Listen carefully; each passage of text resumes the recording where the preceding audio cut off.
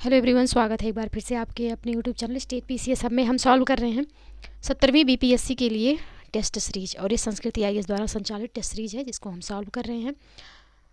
तो इसके पहले हमने 5 टेस्ट सॉल्व कर लिया है। ये आज हमारा छठा टेस्ट है, और ये छठा टेस्ट भले से है लेकिन ये मोस्ट इम्पॉर्टेंट टेस्ट सीरीज है, क्योंकि ये जो है ये बिहार स्पेशल से, यहाँ पे जितने भी प्रश्न दिए हुए हैं ये बिहार स्पेशल से संबंधित प्रश्न है, यानी कि 150 प्रश्न आप सॉल्व करेंगे।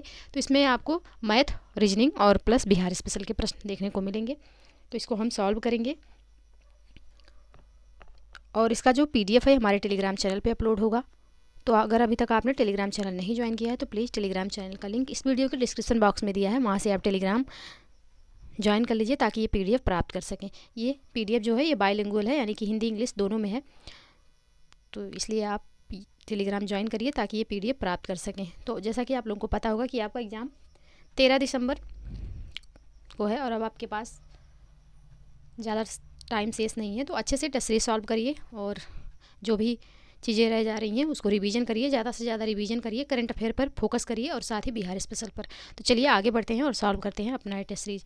आप लोगों से हम्बल रिक्वेस्ट है कि अगर आप चैनल पे नए हैं तो प्लीज़ चैनल को सब्सक्राइब कर लीजिए, साथ ही बेल आइकन को प्रेस कर लीजिए ताकि कोई भी वीडियो चैनल पे अपलोड हो तो सबसे पहले नोटिफिकेशन आपको प्राप्त हो। साथ ही वीडियो को लाइक एवं शेयर करना ना भूलिएगा। तो चलिए स्टार्ट करते हैं आज का अपना ये प्रश्न। तो पहला प्रश्न है, निम्नलिखित में से किन ग्रंथों में बिहार का उल्लेख प्राप्त होता है? अंगुत्तर निकाय, विनय पिटक, भगवती सूत्र या फिर दीर्घ निकाय? तो इसका जो सही आंसर हो जाएगा, इन चारों ग्रंथों में बिहार का उल्लेख प्राप्त होता है। ऑप्शन डी यहाँ पे बिल्कुल सही आंसर हो जाएगा। नेक्स्ट प्रश्न है, निम्नलिखित में से किसके द्वारा वर्ष 1906-7 में पटना में रामकृष्ण सोसाइटी की स्थापना की गई थी? तो इस सोसाइटी की स्थापना किसके द्वारा की गई? तो ये सोसाइटी की स्थापना बाबा ठाकुरदास के द्वारा 1906 से 7 में पटना में रामकृष्ण मिशन की स्थापना की गई थी। ऑप्शन सी यहाँ पे सही आंसर हो जाएगा। रामकृष्ण सोसाइटी की स्थापना, ऑप्शन सी बिल्कुल सही आंसर। डेट भी मतलब टाइम भी याद रखिएगा कि 1906 और 7 में ये स्थापित किया गया था। किसके द्वारा? तो बाबा ठाकुरदास के द्वारा रामकृष्ण सोसाइटी। ऑप्शन सी यहाँ पे सही आंसर हो जाएगा। नेक्स्ट प्रश्न है, मौर्य प्रशासन के संदर्भ में अंतपाल नामक अधिकारी निम्नलिखित में से किस विषय से संबंधित था? तो अंतपाल नामक जो अधिकारी होता था यह सैन्य प्रबंधन से संबंधित था। ऑप्शन सी यहाँ पे सही आंसर हो जाएगा। नेक्स्ट प्रश्न है, बढ़हिया ताल आंदोलन के संदर्भ में निम्नलिखित कथनों पर विचार कीजिए। पहला कथन है, इस आंदोलन का उद्देश्य अंग्रेजों की तिनकठिया पद्धति का विरोध करना था। दूसरा कथन है, यह कार्यानंद शर्मा के नेतृत्व में मुंगेर में चलाया गया था। तो यहाँ पे इसका जो सही आंसर हो जाएगा यह हो जाएगा ऑप्शन बी। केवल यहाँ पे दूसरा कथन सही है, पहला सही नहीं है। तो इस आंदोलन का बढ़िया ताल या बकास्त आंदोलन वर्ष 1937-39 में कार्यानंद शर्मा के नेतृत्व में मुंगेर में चलाया गया था। लगान अदा न करने पर किसानों की भूमि जमींदार के पास चली जाती थी। इसी के विरुद्ध यह आंदोलन शुरू हुआ था। तो ये तिनकठिया के विरुद्ध नहीं था। तिनकठिया पद्धति के विरुद्ध जो आंदोलन था वो चंपारण आंदोलन था, जिसमें गांधी जी ने भाग लिया था, और ये 1917 का था। तो यहाँ पे पहला कथन गलत हो जाएगा, सिर्फ यहाँ पे दूसरा सही है, तो ऑप्शन 20 का सही आंसर हो जाएगा। नेक्स्ट प्रश्न है, लोटा विद्रोह बिहार के निम्नलिखित में से किस जनपद से संबंधित है? मुंगेर, पूर्वी चंपारण, मुजफ्फरपुर या फिर दरभंगा? तो लोटा विद्रोह जो है यह कहाँ से संबंधित है? यह संबंधित है मुजफ्फरपुर से। ऑप्शन सी यहाँ पे सही आंसर हो जाएगा। 14 मई 1855 के दिन मुजफ्फरपुर सेंट्रल जेल में बंद कैदियों ने क्रांति की शुरुआत कर दी। कैदी इस बात पर भड़के हुए थे कि जेल प्रशासन ने उनसे पीतल का लोटा छीनकर मिट्टी का लोटा दे दिया था। तो ऑप्शन सी यहाँ पे सही आंसर हो जाएगा। नेक्स्ट प्रश्न है, बिहार में आज़ाद दस्ता नामक क्रांतिकारी संगठन की स्थापना निम्नलिखित में से किस घटना के समय की गई थी? भारत छोड़ो आंदोलन, असहयोग आंदोलन, सविनय अवज्ञा आंदोलन या फिर स्वदेशी आंदोलन? तो इसका जो सही आंसर हो जाएगा यह हो जाएगा भारत छोड़ो आंदोलन के समय बिहार में आज़ाद दस्ता नामक क्रांतिकारी संगठन की स्थापना की गई थी। तो ऑप्शन ए यहाँ पे सही आंसर हो जाएगा। नेक्स्ट प्रश्न है, वर्ष 1929 में बिहार स्थापित बिहार प्रांतीय किसान सभा का प्रथम सचिव निम्नलिखित में से किसे नियुक्त किया गया था? राजकुमार शुक्ल, स्वामी सहजानंद, आचार्य नरेंद्र देव या फिर श्री कृष्ण सिन्हा? इनमें से किसको नियुक्त किया गया था? तो श्री कृष्ण सिन्हा जी को नियुक्त किया गया था। ऑप्शन डी यहाँ पे सही आंसर हो जाएगा। नेक्स्ट प्रश्न है, मैथिली भाषा में रचित कीर्ति पताका नामक ग्रंथ, जिसमें प्रेम कथाओं का संग्रह है, का लेखन निम्नलिखित में से किसके द्वारा किया गया था? तो इसमें जो इसका लेखन किया गया था यह किया गया था विद्यापति जी के द्वारा। ऑप्शन सी यहाँ पे सही आंसर हो जाएगा। नेक्स्ट प्रश्न है, साइमन कमीशन निम्नलिखित में से किस तिथि को बिहार की राजधानी पटना पहुंचा था? तो साइमन कमीशन जो है यह पटना 12 दिसंबर 1928 को पहुंचा। तो ऑप्शन सी यहाँ पे सही आंसर हो जाएगा। नेक्स्ट प्रश्न है, बिहार में 1857 का विद्रोह जिसका नेतृत्व कुंवर सिंह द्वारा किया गया का दमन निम्नलिखित में से किस ब्रिटिश अधिकारी द्वारा किया गया था? तो इसका जो दमन किया गया यह विलियम टेलर के द्वारा किया गया था। ऑप्शन डी यहाँ पे सही आंसर हो जाएगा। नेक्स्ट प्रश्न है, बिहार किसान सभा का गठन निम्नलिखित में से किस वर्ष किया गया था? तो बिहार किसान सभा का जो गठन हुआ था यह 1922 में किया गया था। ऑप्शन बी यहाँ पे सही आंसर हो जाएगा। तो बिहार किसान सभा का गठन बिहार में किसानों को संगठित करने और उनकी कठिनाइयों का निदान करने के उद्देश्य से मुंगेर में 1922-23 में शाह मोहम्मद जुबैर और श्री कृष्ण सिंह द्वारा किया गया था। तो ऑप्शन बी यहाँ पे सही आंसर हो जाएगा, 1922। नेक्स्ट प्रश्न है,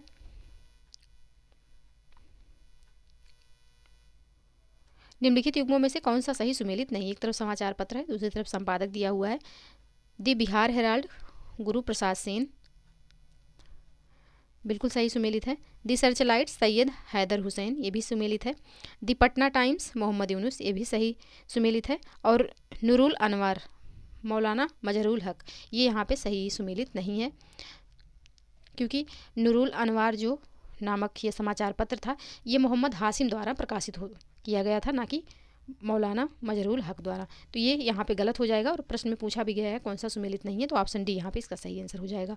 नेक्स्ट प्रश्न है, सविनय अवज्ञा आंदोलन के समय निम्नलिखित में से किस जेल के कैदियों ने विदेशी वस्त्रों का बहिष्कार किया और स्वदेशी वस्त्रों के समर्थन में नंगी हड़ताल की? तो ये किया गया था छपरा जेल के कैदियों द्वारा। ऑप्शन डी यहाँ पे सही आंसर हो जाएगा। नेक्स्ट प्रश्न है, निम्नलिखित में से कौन वर्ष 1931 में गठित बिहार सोशलिस्ट पार्टी से संबंधित थे? गंगा शरण सिन्हा, रामवृक्ष बेनीपुरी, जयप्रकाश नारायण या फिर आचार्य नरेंद्र देव? तो इसका जो सही आंसर हो जाएगा यह हो जाएगा ऑप्शन डी। उपयुक्त तो सभी जो हैं यह 1931 में गठित बिहार सोशलिस्ट पार्टी से संबंधित थे, तो ऑप्शन डी यहाँ पे बिल्कुल सही आंसर हो जाएगा। नेक्स्ट प्रश्न है, निम्नलिखित में से किस मुगल शासक ने पटना को अजीमाबाद का नया नाम दिया और उसका पुनर्निर्माण भी कराया? तो यहाँ पे इसका जो सही आंसर हो जाएगा यह हो जाएगा औरंगजेब ने। ऑप्शन डी यहाँ पे सही आंसर हो जाएगा। Option D. पटना का इतिहास और परंपरा सभ्यता के आरंभिक काल तक जाती है। पटना का मूल नाम पाटलिपुत्र या पाटलिपट्टनम था और इसका इतिहास 600 ईसा पूर्व से शुरू होता है। पटना नाम अपने आरंभिक चरणों में कई परिवर्तनों से गुजरा, जैसे पाटिलग्राम, कुसुमपुर, पाटिलपुत्र, अजीमाबाद आदि, अंततः वर्तमान नाम तक पहुंचा, यानी कि वर्तमान जो पटना नाम है ये इतने नामों से गुजर कर पहुंचा। तो ऑप्शन डी यहाँ पे सही आंसर हो जाएगा।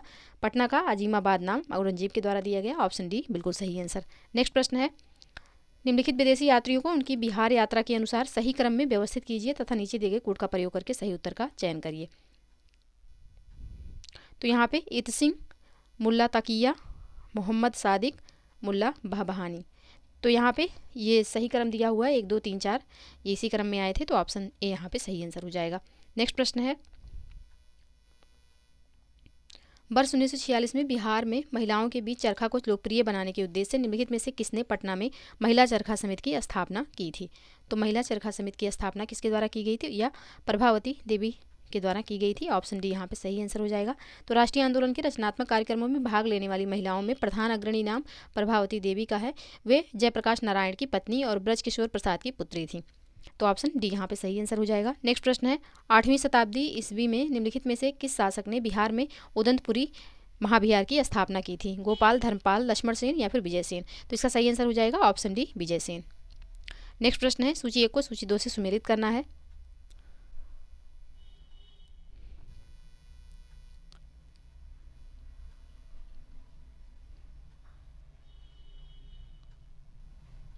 सॉरी, ये प्रश्न संख्या जो 18 है, 8वीं शताब्दी में निम्नलिखित में से किस शासक ने बिहार में उदंतपुरी महाबिहार की स्थापना की थी? तो ये उदंतपुरी महाबिहार की स्थापना जो की गई थी ये धर्मपाल के द्वारा की गई थी, ना कि विजय सेन। तो इसके लिए यहाँ पे ये गलत हो जाएगा। इसका जो सही आंसर हो जाएगा ऑप्शन बी हो जाएगा सही आंसर। प्रश्न संख्या 18 का ऑप्शन बी यहाँ पे सही आंसर होगा। नेक्स्ट प्रश्न है, प्रश्न संख्या 19, इसको सुमेलित करना है। तो एक तरफ दल और संगठन दिए हुए हैं, दल और संगठन, और दूसरी तरफ स्थापना वर्ष है। तो जमशेदपुर वर्क्स एसोसिएशन 1920 में स्थापित हुआ। पटना युवा संघ जो है यह 1927 में स्थापित हुआ। प्रांतीय किसान सभा 1929 में स्थापित हुई और बिहार सोशलिस्ट पार्टी की स्थापना 1931 में हुआ। तो इसका जो सही कूट हो जाएगा 1 2 3 4 हो जाएगा। ऑप्शन ए में है, तो ऑप्शन ए इसका सही आंसर होगा। नेक्स्ट प्रश्न है, निम्नलिखित में से कौन वर्ष 1908 में गठित बिहार प्रदेश कांग्रेस कमेटी के प्रथम अध्यक्ष थे? कौन थे प्रथम अध्यक्ष इसके? तो हसन इमाम थे। ऑप्शन सी यहाँ पे सही आंसर हो जाएगा। नेक्स्ट प्रश्न है, प्रश्न संख्या 21, वर्ष 2011 की जनगणना के अनुसार बिहार के निम्नलिखित में से किस जिले में शिशु लिंगानुपात न्यूनतम है? तो ये वैशाली में शिशु लिंगानुपात न्यूनतम है। ऑप्शन सी इसका सही आंसर हो जाएगा। नेक्स्ट प्रश्न है, वर्ष 2011 की जनगणना के अनुसार बिहार के निम्नलिखित में से किस जिले में अनुसूचित जनजाति जनसंख्या सर्वाधिक है? तो अनुसूचित जनजाति जनसंख्या जो है या पश्चिमी चंपारण में सर्वाधिक है। तो ऑप्शन ए यहाँ पे सही आंसर हो जाएगा। नेक्स्ट प्रश्न है, वर्ष 2011 की जनगणना के अनुसार बिहार के निम्नलिखित जिलों को न्यूनतम महिला साक्षरता के आरोही क्रम में व्यवस्थित कीजिए तथा नीचे दिए गए कूट का प्रयोग करके सही उत्तर का चयन कीजिए। तो यहाँ पे इनका आरोही क्रम क्या हो जाएगा? तो इसका जो सही आंसर होगा यह हो जाएगा, सबसे पहले यहाँ पे सहरसा आएगा, फिर उसके बाद आपका आ जाएगा मधेपुरा, उसके बाद पूर्णिया और बाद में सबसे बाद में सीतामढ़ी। तो यहाँ पे आरोही क्रम है, यानी कि सीतामढ़ी यहाँ पे सबसे लास्ट में होगा, यानी कि सीतामढ़ी में सबसे अधिक यहाँ पे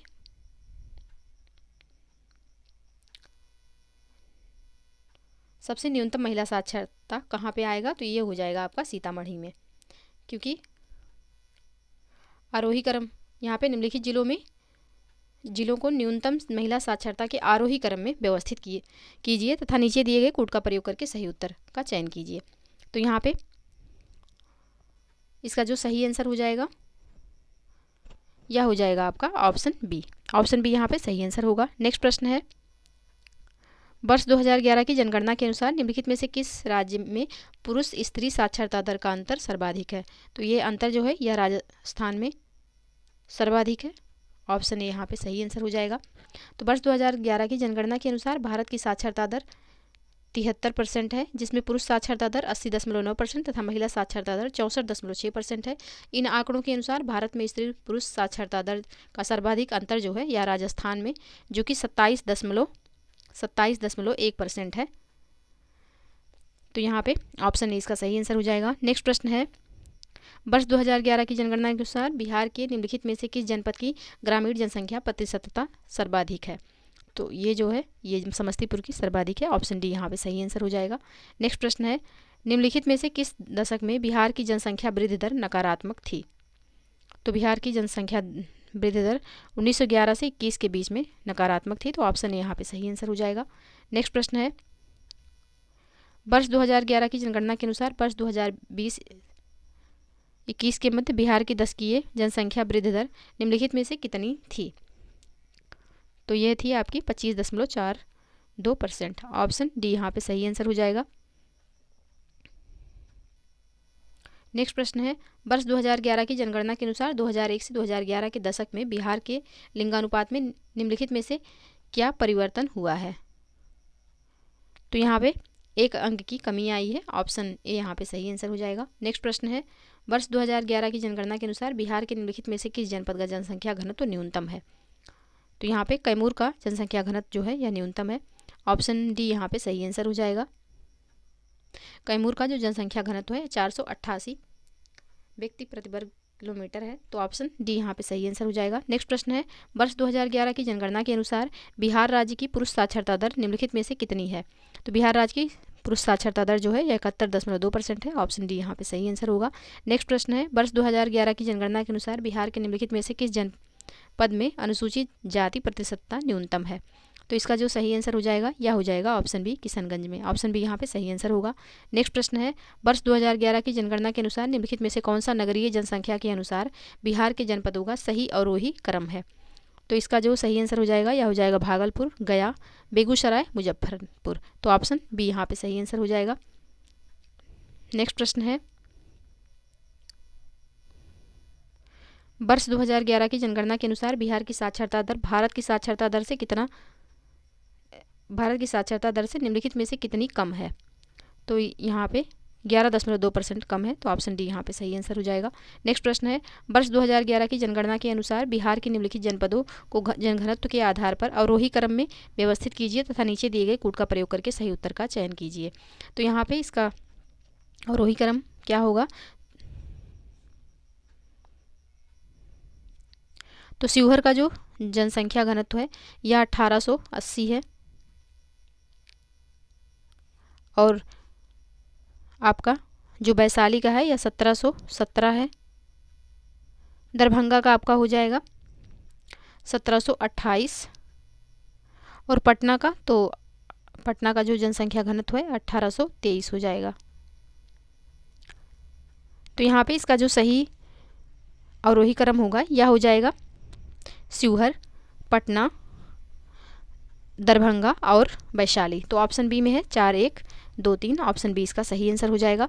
नेक्स्ट प्रश्न है, वर्ष 2011 की जनगणना के अनुसार लिंगानुपात की दृष्टि से बिहार राज्यों के क्रम में निम्नलिखित में से किस स्थान पर है? तो बिहार जो है यह 25वें स्थान पर है। ऑप्शन डी यहाँ पे सही आंसर हो जाएगा। नेक्स्ट प्रश्न है, वर्ष 2011 की जनगणना के अनुसार बिहार के जनघनत्व में वर्ष 2001 की तुलना में 2011 में निम्नलिखित में से कितनी वृद्धि हुई है? तो कितनी वृद्धि हुई है यहाँ पे? तो यहाँ वृद्धि हुई है 225 व्यक्ति प्रति वर्ग किलोमीटर की। ऑप्शन डी यहाँ पे सही आंसर हो जाएगा।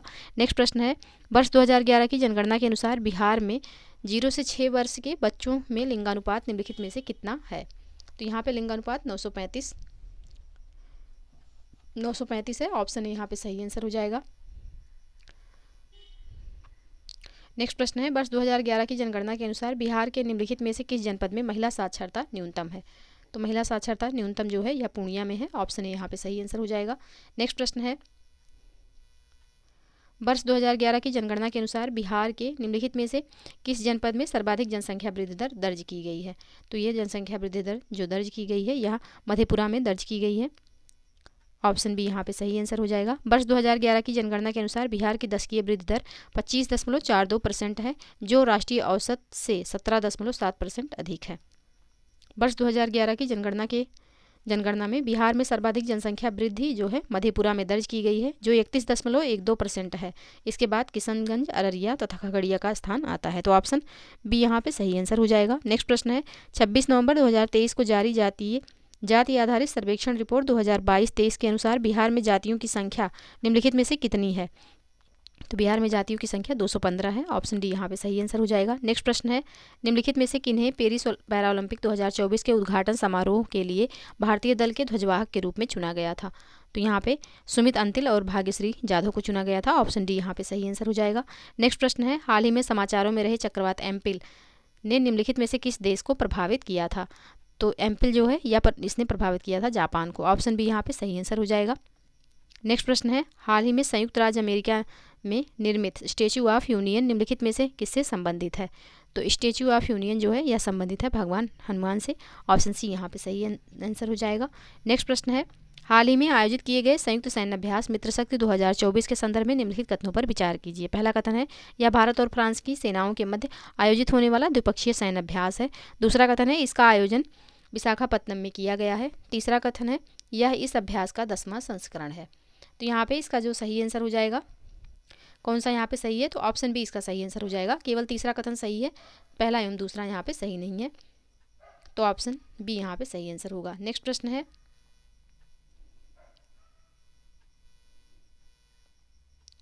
हाल ही में निम्नलिखित में से कौन इंग्लिश चैनल को तैरकर पार करने वाली दुनिया की सबसे कम उम्र की महिला पैरा तैराक बन गई हैं? तो ये कौन बन गई हैं? तो ये बनी हैं जिया राय। ऑप्शन ए यहाँ पे सही आंसर हो जाएगा। नेक्स्ट प्रश्न है, निम्नलिखित में से कौन सा पेरिस ओलंपिक 2024 में कुल विजित पदकों के आधार पर शीर्ष देशों का सही क्रम है? तो यह जो क्रम है यह है अमेरिका, चीन, जापान, फिर ऑस्ट्रेलिया। ऑप्शन सी यहाँ पे सही आंसर हो जाएगा। अमेरिका जो है 40 स्वर्ण पदकों के साथ शीर्ष पर रहा है, जबकि चीन जो है इसके पास भी 40 स्वर्ण है, जापान के पास 20 और ऑस्ट्रेलिया के पास 18। तो ऑप्शन सी यहाँ पे सही आंसर हो जाएगा। नेक्स्ट प्रश्न है, हाल ही में पद्मश्री से सम्मानित गोदावरी दत्त का निधन हो गया, वह निम्नलिखित में से किस चित्रकला से संबंधित थी? तो ये संबंधित थी आपकी मिथिला चित्रकला से। ऑप्शन डी यहाँ पे सही आंसर हो जाएगा। नेक्स्ट प्रश्न है, हाल ही में जारी राष्ट्रीय संस्थागत रैंकिंग फ्रेमवर्क यानी कि NIRF में निम्नलिखित में से किस संस्थान ने समग्र श्रेणी में शीर्ष स्थान प्राप्त किया है? तो ये स्थान प्राप्त किया गया है IIT मद्रास के द्वारा। ऑप्शन यहाँ पे सही आंसर हो जाएगा। नेक्स्ट प्रश्न है, हाल ही में भारतीय क्रिकेट टीम का नया गेंदबाजी कोच मोर्ने मोरकेल को नियुक्त किया गया है, ये निम्नलिखित में से किस देश से संबंधित हैं? तो ये संबंधित है आपके दक्षिण अफ्रीका से। ऑप्शन डी यहाँ पे सही आंसर हो जाएगा। नेक्स्ट प्रश्न है, हाल ही में 70वें राष्ट्रीय फिल्म पुरस्कारों की घोषणा की गई, इसमें निम्नलिखित में से किसे सर्वश्रेष्ठ अभिनेता का पुरस्कार प्रदान किया गया? तो इसमें जो है सर्वश्रेष्ठ अभिनेता का जो पुरस्कार प्रदान किया गया है किसे, तो यह प्रदान किया गया है ऋषभ शेट्टी को। ऑप्शन यहाँ पे सही आंसर हो जाएगा। नेक्स्ट प्रश्न है, अभी मैथ से संबंधित यहाँ पे प्रश्न है, तो इसका आंसर बताते हुए चलेंगे बस। तो यहाँ पे प्रश्न संख्या 51 का जो सही आंसर हो जाएगा यह हो जाएगा ऑप्शन ए यानी कि 36। नेक्स्ट प्रश्न है प्रश्न संख्या 52, इसका जो सही आंसर होगा यह हो जाएगा आपका ऑप्शन डी 119। नेक्स्ट प्रश्न है प्रश्न संख्या 53 और इसका जो सही आंसर हो जाएगा आपका यह हो जाएगा ऑप्शन सी। नेक्स्ट प्रश्न है प्रश्न संख्या 54, इसका जो सही आंसर होगा आपका यह हो जाएगा ऑप्शन बी यानी कि 49। प्रश्न संख्या 55 का जो सही आंसर होगा यह हो जाएगा आपका ऑप्शन ए। और नेक्स्ट प्रश्न संख्या 56, इसका जो सही आंसर होगा यह हो जाएगा ऑप्शन डी। नेक्स्ट प्रश्न है प्रश्न संख्या 57 और इसका जो सही आंसर होगा यह हो जाएगा ऑप्शन सी यानी कि 2। नेक्स्ट प्रश्न है प्रश्न संख्या 58 और इसका जो सही आंसर होगा यह हो जाएगा आपका ऑप्शन ए।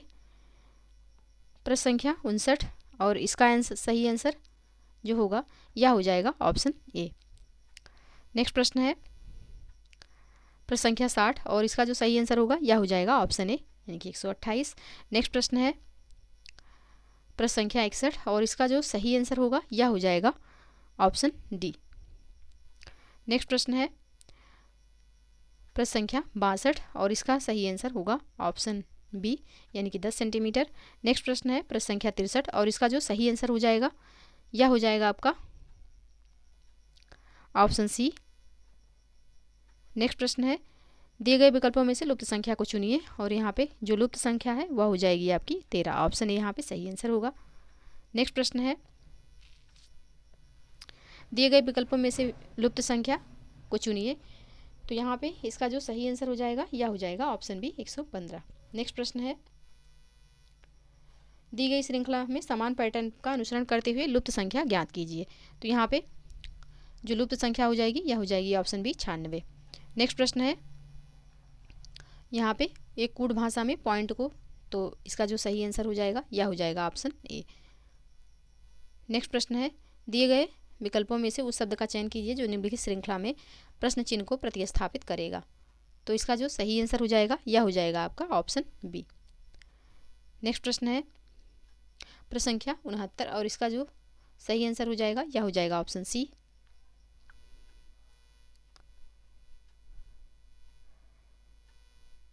नेक्स्ट प्रश्न है प्रश्न संख्या 70 और इसका जो सही आंसर होगा यह हो जाएगा ऑप्शन सी। नेक्स्ट प्रश्न है प्रश्न संख्या 71 का जो सही आंसर होगा यह हो जाएगा डी। प्रश्न संख्या 72 का जो सही आंसर होगा यह हो जाएगा ऑप्शन ए। और प्रश्न संख्या 73 का जो सही आंसर होगा यह भी हो जाएगा ऑप्शन ए। नेक्स्ट प्रश्न है प्रश्न संख्या 74 और इसका जो सही आंसर होगा यह हो जाएगा ऑप्शन ए। ऑप्शन ए यहाँ पे सही आंसर हो जाएगा। नेक्स्ट प्रश्न है प्रश्न संख्या 75 और इसका जो सही आंसर होगा यह हो जाएगा ऑप्शन ए। नेक्स्ट प्रश्न है प्रश्न संख्या 76 और इसका सही आंसर भी ऑप्शन ए ही होगा। नेक्स्ट प्रश्न है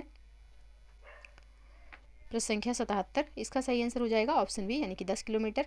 नेक्स्ट प्रश्न है प्रश्न संख्या 78 और इसका जो सही आंसर होगा यह हो जाएगा ऑप्शन बी।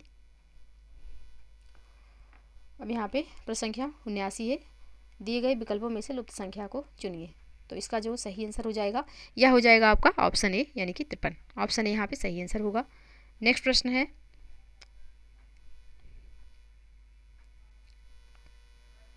प्रश्न संख्या 80 और इसका जो सही आंसर होगा यह हो जाएगा ऑप्शन डी। नेक्स्ट प्रश्न है बिहार बजट सर्वेक्षण 2023-24 के अनुसार निम्नलिखित में से किस जनपद में राष्ट्रीय राजमार्गों की लंबाई में सर्वाधिक वृद्धि हुई है, तो किस में सर्वाधिक वृद्धि हुई है, तो यह हुई है समस्तीपुर में। ऑप्शन डी यहाँ पे सही आंसर हो जाएगा। नेक्स्ट प्रश्न है बिहार बजट 2024-25 में बिहार का राजकोषीय घाटा सकल राज्य घरेलू उत्पाद का निम्नलिखित में से कितने प्रतिशत रहने का अनुमान व्यक्त किया गया है, तो ये अनुमान जो है व्यक्त किया गया है 2.98%। रहने का, ऑप्शन बी यहाँ पे सही आंसर होगा। नेक्स्ट प्रश्न है, बिहार में कबीर अंत्येष्टि अनुदान योजना के अंतर्गत बीपीएल परिवार के किसी व्यक्ति की मृत्यु होने पर राज्य सरकार द्वारा निम्नलिखित में से कितनी आर्थिक सहायता प्रदान की जाती है। तो यहाँ पे आर्थिक सहायता जो प्रदान की जाती है 3000 रुपये की, ऑप्शन सी यहाँ पे सही आंसर हो जाएगा। नेक्स्ट प्रश्न है, निम्नलिखित युग्मों में से कौन सा सही सुमेलित है। तेल शोधन कारखाना बेलापुर, रेल पहिया कारखाना मोकामा, विद्युत लोकोमोटिव कारखाना फुतुहा, सीमेंट उद्योग कारखाना डालमिया नगर। तो कौन सा यहाँ पे सही सुमेलित है ये पूछा गया है। तो इसका जो सही आंसर हो जाएगा यह हो जाएगा ऑप्शन डी। ऑप्शन डी यहाँ पे सीमेंट उद्योग कारखाना डालमिया नगर बिल्कुल सही है, तो यही इसका सही आंसर हो जाएगा, ऑप्शन डी। नेक्स्ट प्रश्न है, 7 निश्चय योजना 2 के लिए बिहार बजट वर्ष 2024-25 के अंतर्गत निम्नलिखित में से कुल कितनी धनराशि आवंटित की गई है। तो यह आवंटित की गई है 5040 करोड़, ऑप्शन बी यहाँ पे सही आंसर हो जाएगा। तो आज के लिए बस इतना ही, मिलते हैं नेक्स्ट वीडियो में, तब तक के लिए आप लोग पढ़ते रहिए, स्वस्थ रहिए। जय हिंद, जय भारत।